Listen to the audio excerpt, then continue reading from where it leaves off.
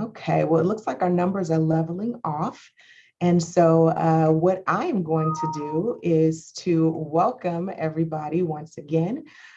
You are seeing me because our amazing President Lester is away from campus today. So I have the pleasure of hosting today's forum. And I'd like to welcome you all into this space and look forward to sharing and learning with each of you. So got to start off talking about our president. So by now you have heard or read that our esteemed president, Dr. Pamela Lester, will be retiring at the end of this academic year. A notification has been sent out. She has shared this information publicly. And while she regrets that she could not be here to share that information in this unique space with each of us, she did want to make sure that you know that she appreciates everyone's well wishes and looks forward to having an active year. So we will miss Pam dearly. However, we will enjoy her with great intentionality throughout June. So I'm sure everybody is continue to send those warm wishes to Pam. So as you know by now, these community forums are threefold. They are a way for us to come together as a community at least twice a month, a way for us to provide college updates, and a way for us to highlight programs, services, and new initiatives. So today we're going to be highlighting our 5-year roadmap and accreditation planning, but we will start off with our updates. So I'll start with student services updates. We do have an updated timeline for our emergency grants and our vaccination incentive awards. So students will be able to apply for emergency grants October 6th through October 12th. And students will be able to receive up to $1,000 awards. We have kept the requirements to apply for these grants at a minimum. They simply need to be enrolled in Mesa College students. And so we do work with equity to identify students with the greatest needs to make sure that we are awarding our students with the greatest needs, but we really will be encouraging any and every student to apply who has been impacted by COVID-19. October 6th to the 12th is also the timeline for our first rollout of our $250 vaccination incentives awards. So our next incentive award campaigns will be the first of each month. So we had hoped to launch this on October 1st, November 1st, December 1st, but we've pushed October back just a little bit. And again, $250 awards for students. And we have about $200,000 that we're going to be allocating towards this incentive plan this fall, and we'll also do some more in the spring. So all students need to do is upload their vaccination information and they will automatically be entered. So we're looking forward to sharing the great news with students who have won in this opportunity drawing in mid-October. So Mesa College hosted our annual Constitution Day event on Friday, September 17th. So this virtual discussion focused on the US Constitution, climate change, and future generations, and addressed the question, does the Constitution guarantee a right to a livable climate? Almost 80 students attended this Friday event, and I want to give a special thanks to Political Science, Student Affairs, the Dr. Constance M. Carroll Humanity Institute, Financial Aid and Instruction, including our facilitator, Professor Michelle Rodriguez, for facilitating this excellent dialogue. I also want to give kudos to Career Services for creating new ways to promote career services, resources, and opportunities. So their Powtoon video will be dropped in the chat, and it's a great way to inform students of services that we are providing to students during these critical times. So please consider sharing these in your Canvas shells and forwarding to your students, and we'll be sure to drop that information in the chat. We also want to remind everybody that transfer season is upon us. So be sure to read the Transfer Tuesday newsletters to find out about things like our school tour playlist, fall application workshops, which begin October 1st and will be held 4 days per week. Our SDSU at Mesa College Q&A session for Mesa students interested in enrolling in SDSU's fully online degree completion program for BS in business or BA in communications.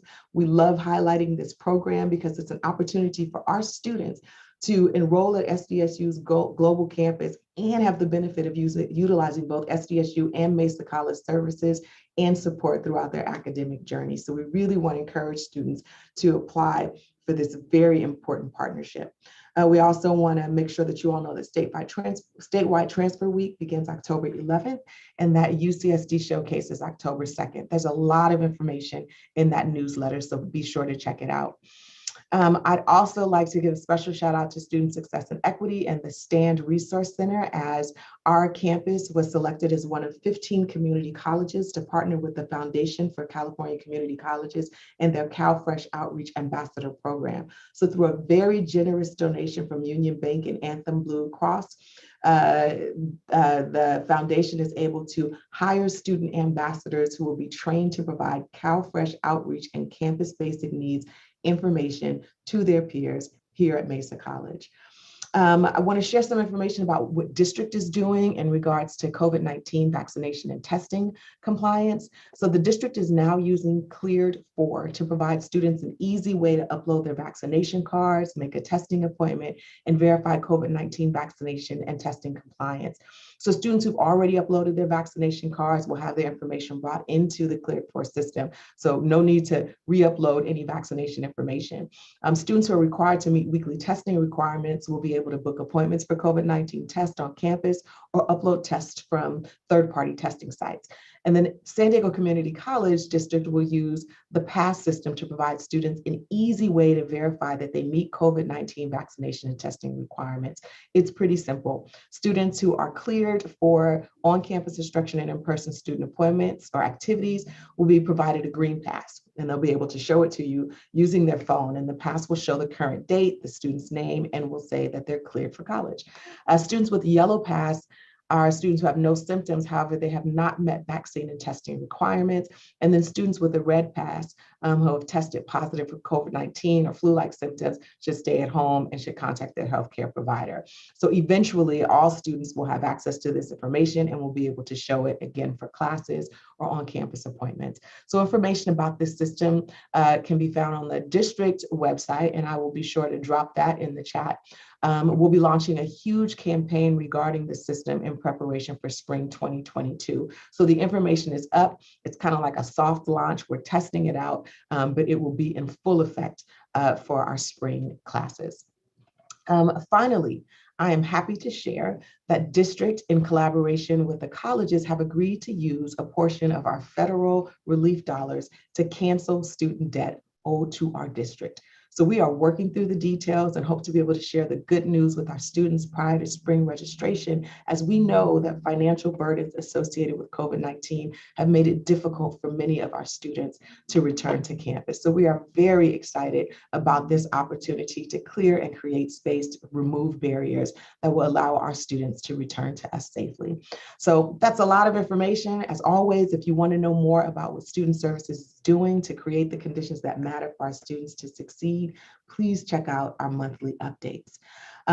Also want to share that Lorenz Legaspi is out today. David Fierro is here with us and will be more than happy to answer any questions that might pop up in the chat. And I will turn it over to Dr. Isabel O'Connor for instruction updates. Thank you so much, Dr. Hans. I have very brief updates. The first one is we are moving right along in terms of the spring semester. The planning and the entering of the data is fully underway. Again, my deepest gratitude to our fantastic dean and chairs team. The second update is on Friday, we had the launching of the faculty inquiry groups. It was a great event, and it was really clear to me, being the second semester we do this, that we're getting even better at it. It's great to see faculty coming together and exploring best practices and issues in the classroom, in the curriculum through an equity lens. I can't wait to see all the, the end product of such great conversations. And the last thing I'm going to say is that thanks to Dr. Ian Duckles, Gina Biatti, and Anthony Royce, we are moving along with the get-togethers for the student success teams. It looks like some of our next events are close to capacity, so we still encourage you to participate. And that's it for instruction today. Thanks. Thanks, Dr. O'Connor. We appreciate that.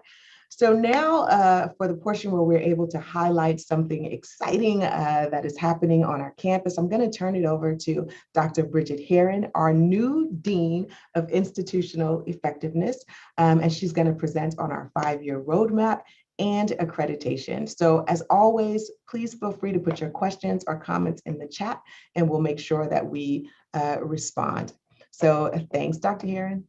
Thank you so much, Dr. Hands. And I'm going to start by pointing to the chat down below where I dropped in a website link to our Mesa 2030 site.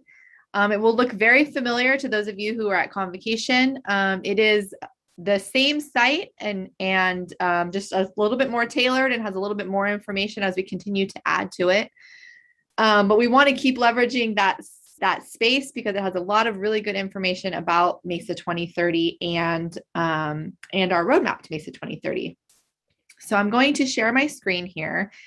And today I'm going to talk about sort of 3 broad areas. So one is just to remind you again what Mesa 2030 is. I know you've heard it probably a couple dozen times by now, but hopefully you can sit through a couple more minutes as I share with you one more time the sort of purpose and guiding principles around our Mesa 2030 plan.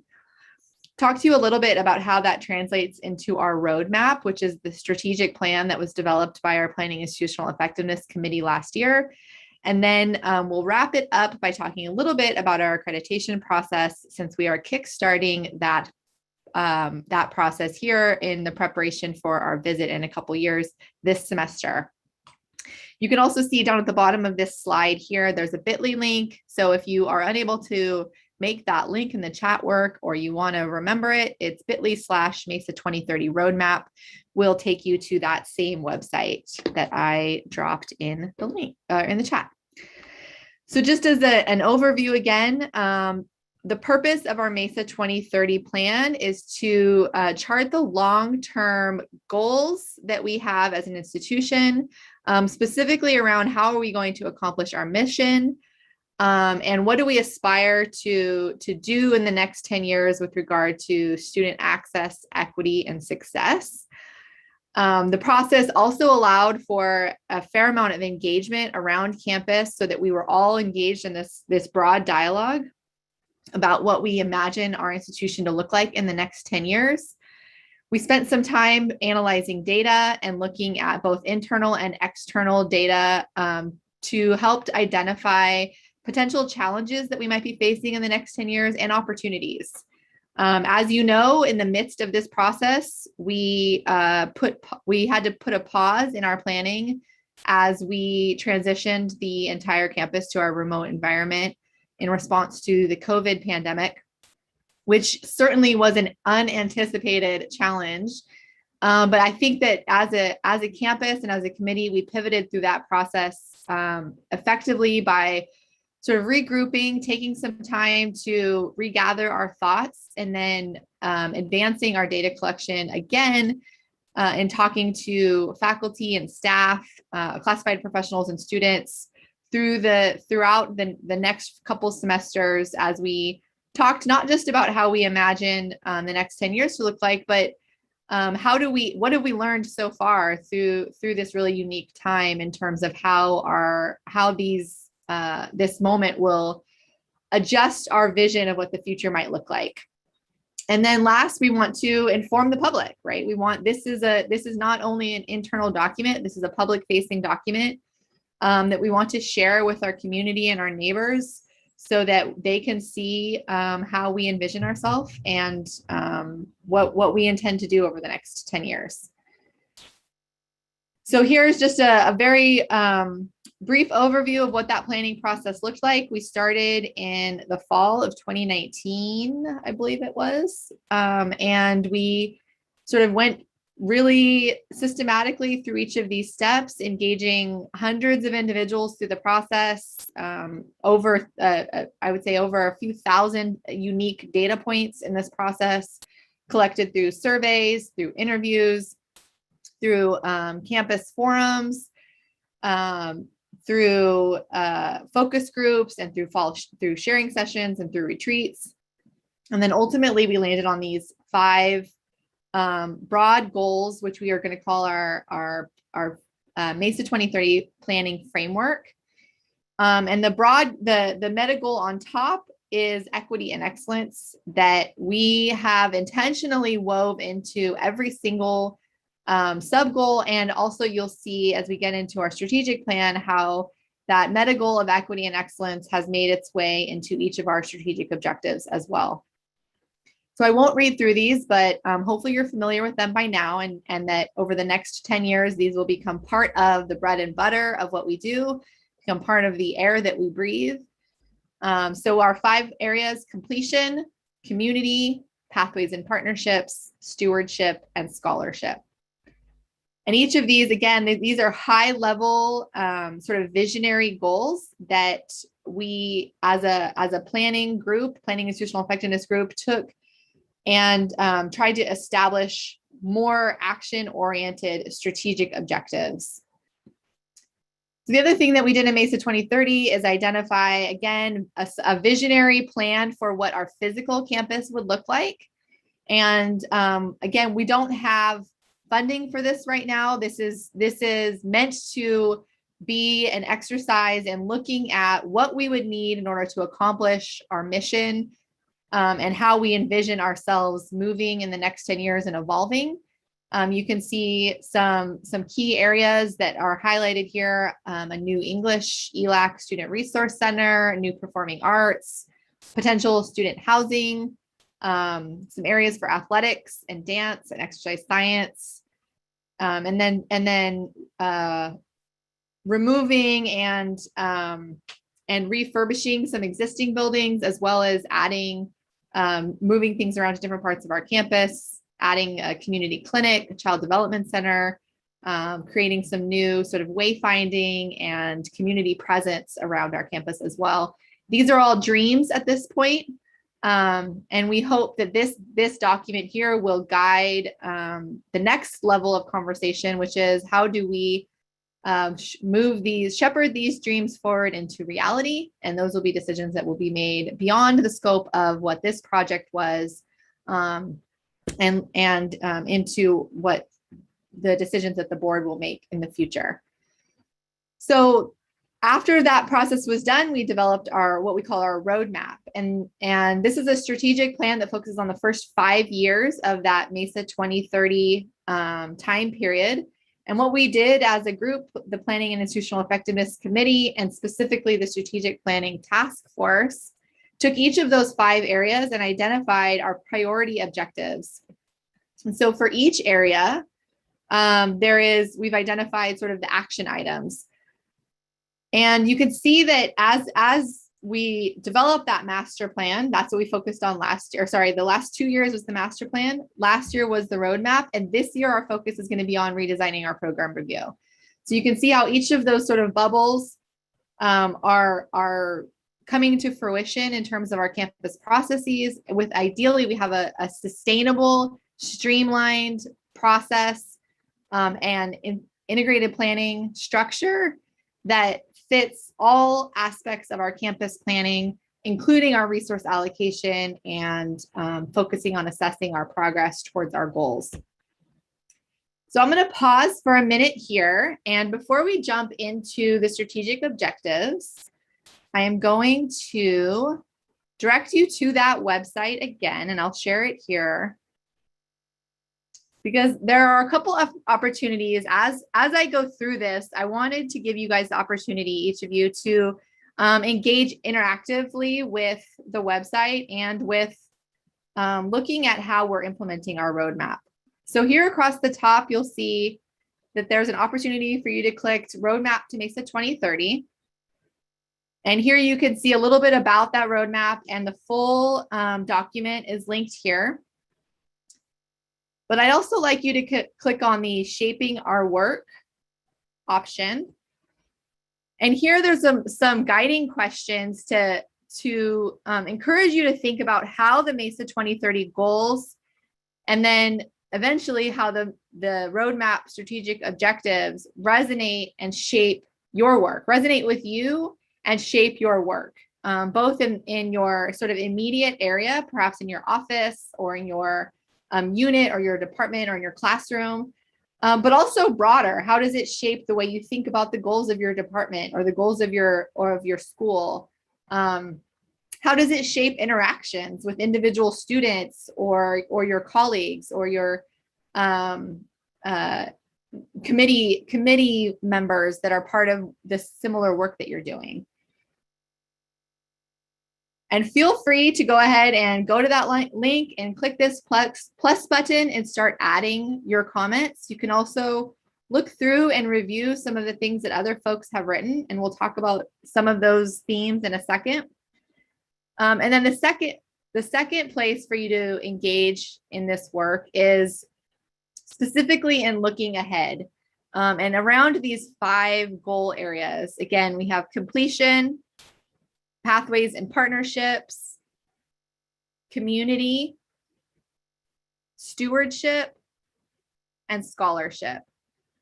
And as we mentioned, each of those areas has a set of strategic objectives. And those strategic objectives also, some of them are fairly large, and allow for each of us to see ourselves in that work. And so what we ask you to do on this page is think about specific actions, goals, innovations that might be going on in your area or might be being discussed in your area that connect to these broader strategic objectives. So I'm going to go back now and we're going to look at those strategic objectives in a little bit of finer detail. And feel free to continue to keep that website open and engage in those Padlets as I talk. So our first strategic objective is around completion, our first MESA 2030 goal. So each of these pages, you can see the format is such that the MESA 2030 goal is on the left. The strategic objectives or the actions that we hope to engage in are in the middle. And then the key performance indicators or progress measures that we're going to look at each year to assess how we're doing in reaching these goals are on the right. And each of those strategic objectives is written in such a way that it's action oriented, but also briefly outlines the intent of the action, right? So in the first strategic objective here, we have developing pathways. So that's the action. And the intent is to provide students with clarity about degree, certificate, and transfer requirements.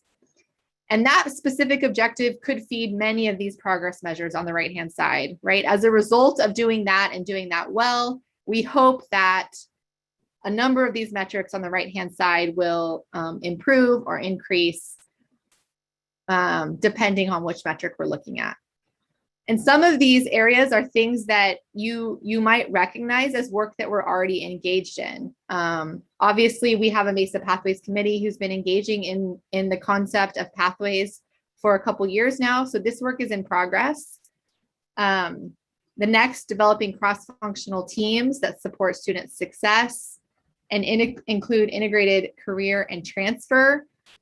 That is also, I think Isabel, Vice President O'Connor mentioned that we have a group of folks who are doing regular meetings around campus looking at student success teams. So that could be one example of these cross-functional teams.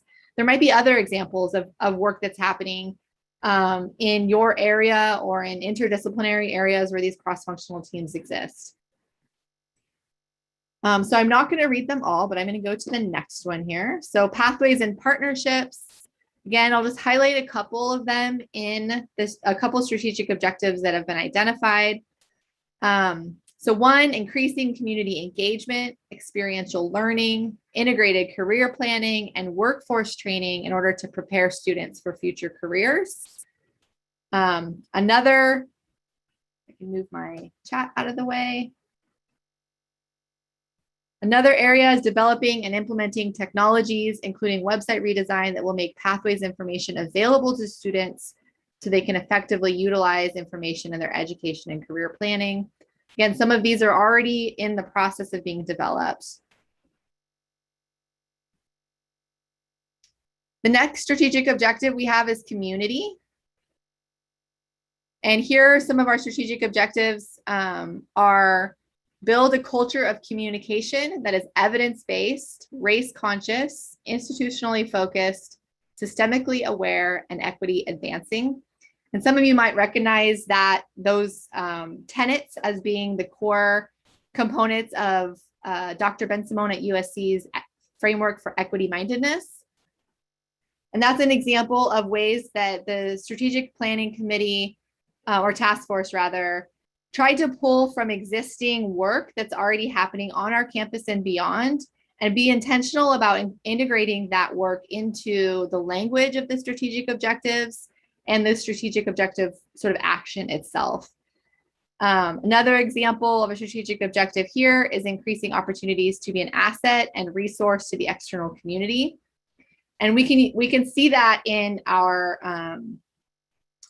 physical facilities planning, right? So things like the potential for a community clinic, the potential for a new performing arts center, the potential for facilities that relate to athletics and fitness. Those could also all be viewed as assets to our community.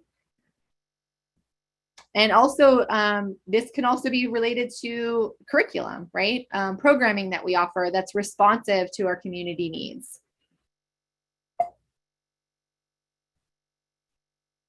The next area is stewardship.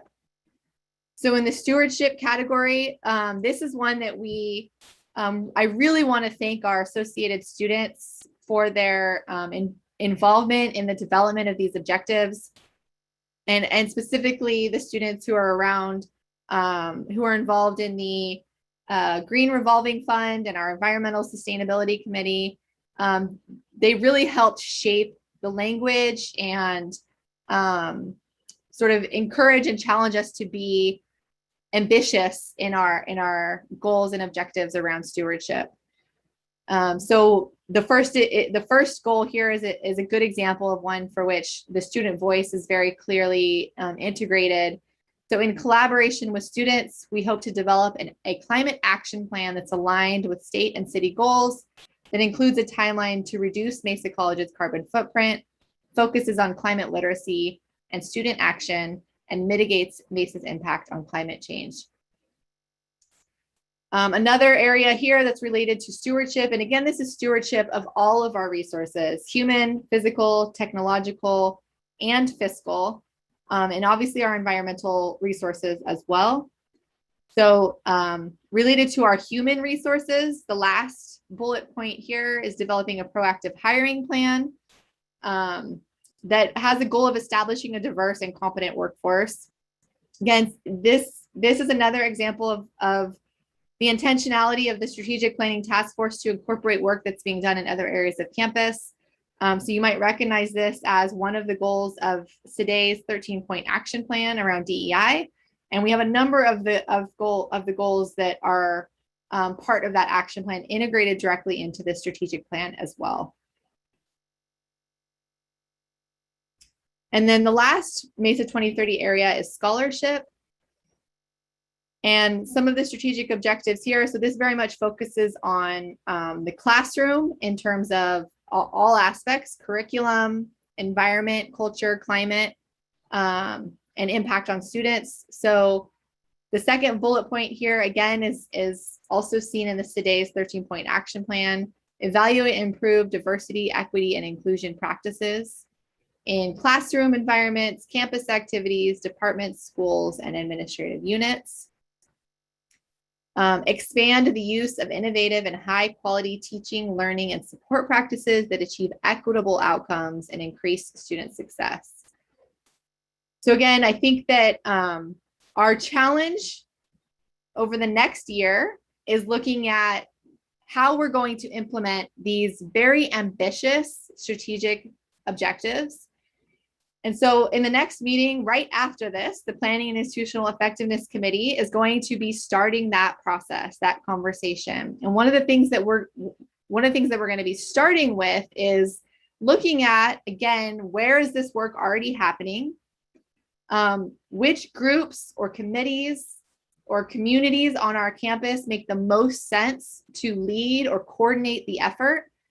And then how do we make sure that we are systematically documenting our progress and communicating it out to the campus in really effective ways? So these are big conversations we're going to be having in our PI committee over the next couple months. So stay tuned. So as you all hopefully are engaged with our website and filling out those Padlet prompts and thinking about how these planning efforts shape your work, I want to share some of the themes that came out of the first time we did this activity at President's Cabinet, or actually I think it was at Convocation, where we asked folks to complete those Padlets and what themes sort of emerged as a result of those engagements. And I won't read them. These are just direct quotes that came straight out of the Padlet links with the broader theme across the top. So some of the ways that your campus colleagues, our campus colleagues, imagine that Mesa 2030 and the roadmap are shaping their work. Number one is broader connection and alignment, right? So that you are collaborating with other units, intertwined with other areas, breaking silos, consulting with the community, and engaging all constituency groups in conversation. So that connection and alignment. Another theme that came up was equity everywhere. Calling for equity in all areas of our department, targeting a reduction in equity gaps, evaluating and improving practices around diversity, equity, and inclusion, and removing barriers to equitable participation. Next is around curriculum and outcomes.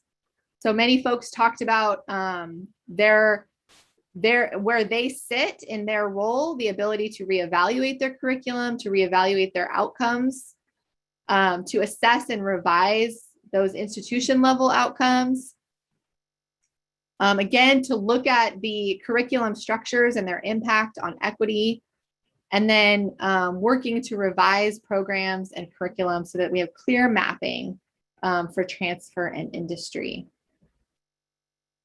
Some other areas that folks talked about that seems to garner quite a bit of excitement is the idea of future facilities and how these future facilities shape the way they think about their programs, might shape the way students perceive themselves as part of campus.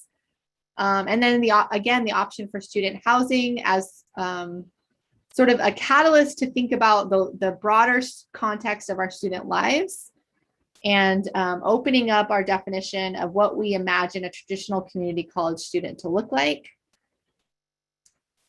And then next is the humanizing and comprehensive approach. So again, all of these sort of tie together and have overlapping ideas, but here we talk a lot about this humanizing students so that we're treating them as humans first. We're thinking beyond just their academic goals, that we have this mosaic of support, that we're using what we learned during the pandemic, that we're taking that knowledge and making sense of it, and then continuing to improve our systems in ways that show that we understand these sort of multifaceted aspects of our students' lives. So what can you do next? So individually for you, for each of us, I'll say the next steps are to review the roadmap in your area, add to the Padlets, and reviewing the roadmap to your area can be in your department meeting, in a school meeting, in a casual conversation with the person who has the office next door to you while you're both safely masked. It can be adding to the Padlet, reaching out to other areas on campus who you can imagine effective collaborations or connections, intersegmental or interdisciplinary work. Confirming your commitment. So on that website, I won't go back, but on that website, there's an opportunity to confirm your commitment to the roadmap. And that also has some prompts for next steps and guides you in things you can do next. And then personally evaluating and reflecting on the work that you do each day and thinking about how it aligns with our overall goals.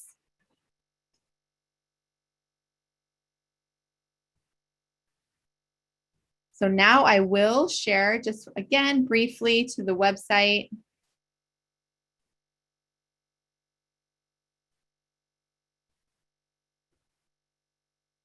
So that area that I mentioned that allows you to share your commitment is here, my commitments. And you can, I would encourage you if you have a couple minutes now to go ahead and fill it out. Again, looking at how your work that you commit to your work aligning to the Mesa 2030 goals, sharing these ideas with your department, and so on. And then I also wanted to share with you here, I mentioned that PI will be looking at the first step in the implementation of this roadmap is to think about who on campus, which bodies, which committees, groups have the expertise to shepherd these objectives forward. And so I would encourage you all to bookmark this website on your web browser. This will continue to be updated as we go through this process. And this will be one of the places that we will be thinking about and filling in as a committee over the next couple months. And then you can also see how our roadmap and those progress measures that we identified align with all of the other work of the state and of our campus. So here across the top, you can see all the other places that metrics are showing up. So the vision for success, the student-centered funding formula, pathways, equity planning, strong workforce, the Chancellor's Office student success metrics, the DEI 13-point action plan. And as you go down, you can see the places where we see alignment across these metrics, right? So the idea wasn't that we create all of these new things that we should measure ourselves by, but that we're creating a space where we're able to pull the salient metrics from each of these areas that really have meaning to us. And then if you keep going down, you can see we've sort of broadly categorized these metrics into 4 big areas. So the blue are things that are student measures, purple are employee related, the yellow are climate and culture, and then the green are resource utilization. So you can, again, I encourage you to bookmark this website, look at it every couple weeks, see if there's anything new. Think about as you're working as a department to submit your program review documents that you're, again, thinking about how your goals and your activities in your area align with what we're trying to accomplish as a campus.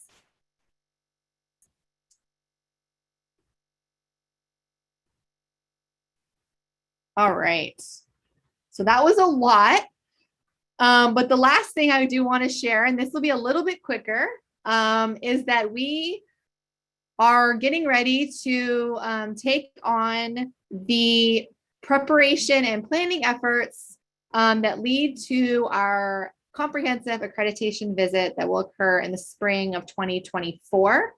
And I know that feels like it's a long time away, but I can promise you it will come very quickly. And this whole presentation will be shared out, and there are links all over it. And one of those links is this link here, which is a Dropbox folder of ACC-JC resources that I'm starting to develop that you can tap into as well. I just am going to give you a really brief intro into where we are right now and sort of where we're headed. So the accreditation cycle is a 7-year cycle, and this little star, the little darker red star, is the beginning of that cycle. And we are 1, 2, 3, 4 in our 5th year. And that red star is where we are right now, right? So we are in the institutional self-evaluation report development phase, which will occur over the next 2 years in preparation for our next comprehensive review. That comprehensive review will be based off of ACCJC's 4 standards. This is a high level look at what those standards include. And the Accreditation Commission has developed these standards to ensure academic quality, student learning, to make sure we're using our resources well, and that we have clear decision-making guidelines, and that we are engaged in a process of continuous quality improvement. So again, over the next 2 years, we will be developing our ICER, or our self-reflection, self-evaluation, institutional self-evaluation report, affectionately known as the ICER. In spring of 2024, a peer review, actually in fall of 2023, a peer review team will review that ICER. And then in the following spring, they will come to campus to have a focused visit. And so this is, again, a snapshot of what that timeline looks like. And here's where we are right now. So many of you hopefully saw the announcement that went out from Dr. Lester looking for a faculty coordinator. So that was, that announcement was closed yesterday. And so we are in the review process now to select our faculty coordinator. Last week, PI made a recommendation to President's Cabinet to establish an accreditation steering committee to guide the development of the ICER. That recommendation was approved. And then today and through the next 2 meetings, the membership composition of that committee will be discussed by PI to determine, constituent representation, expertise representation, and all of that. In October, we will engage in a much more thorough and formal training with our ACC-JC liaison. And then over the next couple of months, we will be filling both the Accreditation Steering Committee and identifying folks to participate in our standards teams that will be collecting evidence and helping to guide the process of our ICER around each of those standards. So stay tuned for more announcements, stay tuned for more opportunities to be involved. And as always, I point to Dr. Hans's quote that I think speaks to me on a regular basis, which is that we are constantly in the process of creating the conditions that matter for our students to succeed. And with that, I pass it back to you, Dr. Hans.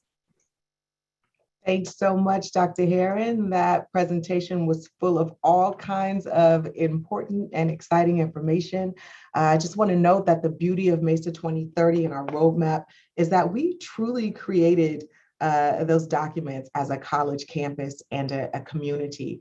And so the great work that is before us can only continue to be as beautiful and be a living document with intentional and meaningful outcomes if we, as Dr. Herron shared, breathe life into this process and make it a living document. So it is going to take all of our work in all of the spaces in which we exist to make sure that this roadmap, which is our GPS, so we never have to feel lost or like we are not sure which direction we are headed.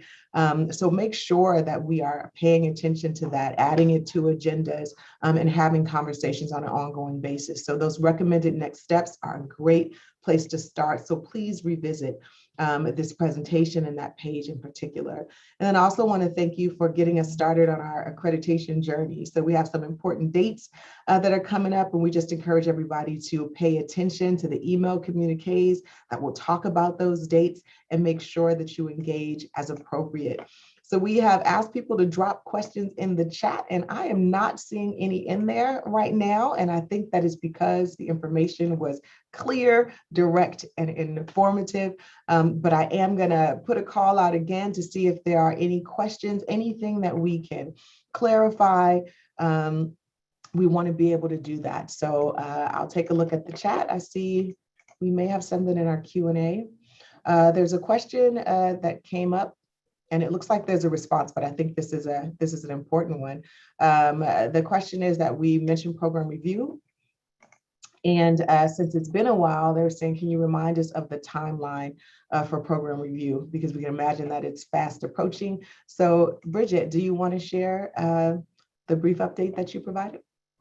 Yeah, thank you. Good question, Krista. So we are in the midst of our program review process as we speak. We will have an orientation tomorrow for all lead writers or any of those interested in learning more about program review.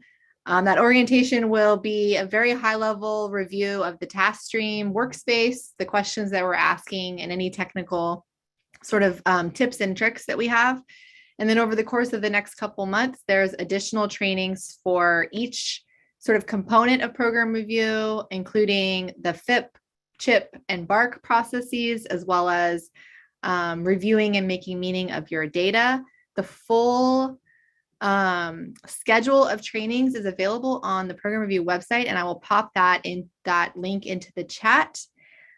Generally speaking, our program review workspaces will close in mid-December for managers to review, and then we'll open back up for any edits or revisions in February, and then we'll quickly close down again in March to then be shared out with our resource groups.